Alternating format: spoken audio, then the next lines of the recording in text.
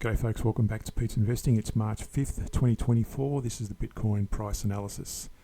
Now we're in a bullish, very strong bullish trend at the moment, and the divergence we had on the daily has invalidated, although there are still some bearish divergence on the smaller time frames. I'll cover those. Also, we've included the indicator which helps identify tops and bottoms, and also we've got a trading idea, so stay tuned to the end of the video for that. Also, in terms of some news, MicroStrategy is to offer $600 million in convertible notes to buy more Bitcoin. The leading corporate holder of Bitcoin plans to raise $600 million through convertible notes to buy more Bitcoin, further amplifying the recent rally driven by new ETF demand and derivatives trading. The company's Bitcoin holdings are valued at around $13 billion, and its stock price jumped 24% on the news, outperforming Bitcoin's year-to-date gain. So I've got here the weekly and the daily charts, and what we look at is the ADX 25 at the bottom. You can see it's been in a bullish momentum for some time. Likewise on the daily, it's still in a bullish movement. The CCI 150, our divergence indicator, is also very strongly bullish. You'll notice the CCI 150 on the daily, we did have a double top almost, or a bearish movement with those highs previously versus higher highs on the price. Now that's been invalidated, because if you move that to that point there, that's increasing, and so is the price action, which now invalidates that bearish divergence we had. So I'm going to remove that. Now before I do that as well, you'll notice we did have a divergence back here. If I move it back, that was hit some time ago to that level. There was a bearish divergence on the CCI versus the higher highs on the price, and it fell back, hit our target area, and that target area was a 23-38% level between that Fibonacci range.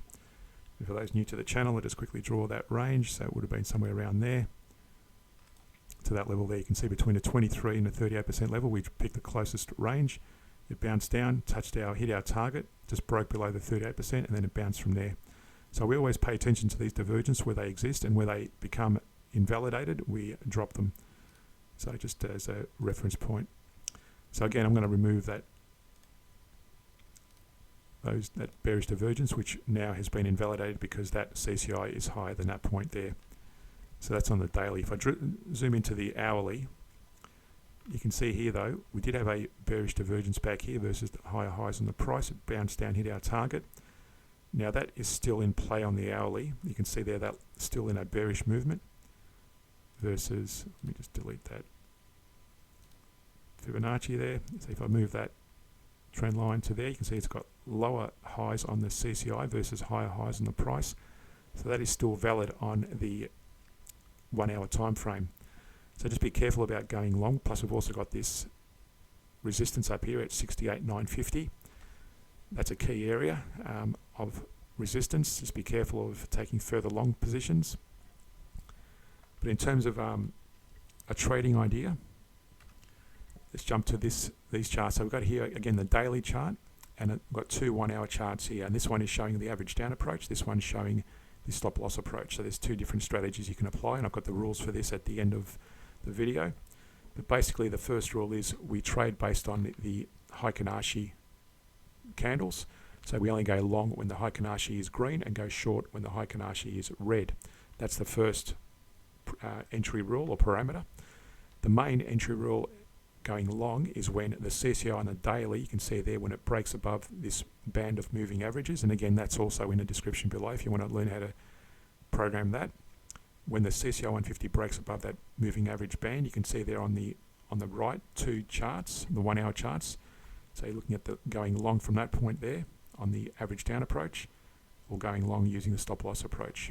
So if I move that back there, you can see there, and that's still in play because the daily CCI 150 is still above the moving average range, so that those long positions are still in play. But again, be careful about starting to go long. It's probably best to take those trades when that daily just breaks above the moving average band. So at the moment, that's generated 3,342 for the average down approach. That's the green chart, and it's generated 814 to date using the stop loss approach. Now, you'll notice back here it broke below the moving average band going short, and that's where that top up here, the average down for the top short positioning or the stop loss approach going short. So if I move that there, you would have taken short positions at that point, and it would have closed out going short. You would have stopped taking short positions when it closed above the moving average band on the daily. So you can see there on the average down approach, the green chart on the shorts, you would have generated, had you stopped taking short trades, you would have generated 942 on the average down approach, and the stop loss approach you would have generated about $53. Now again, you don't let it run, you stop it out as soon as it hits the average down those moving averages. So you would have stopped it and started entering long entries at that point there when it broke above the moving average band. You can also apply, and that was applying the hourly trades based on the daily trend. You can actually apply a different time zone, different time frames. For example, if you want to apply the 15-minute or even the 2 hours, that's up to you. I'm giving you the example here on the 1 hour trading. If you were to trade this on the daily, which you can do, you basically change this to the weekly chart and you trade these on the daily, and the same logic applies. So stay tuned to the very end of the video. This is the first slide. I've got 2 slides. The first slide is the average down rules. So you can pause the video and read that in your own leisure. And the second slide shows the stop loss rules. Again, pause the video at your own leisure. Thanks for watching. Hit that like and subscribe button. Hit that notification bell, and we'll see you in a future video.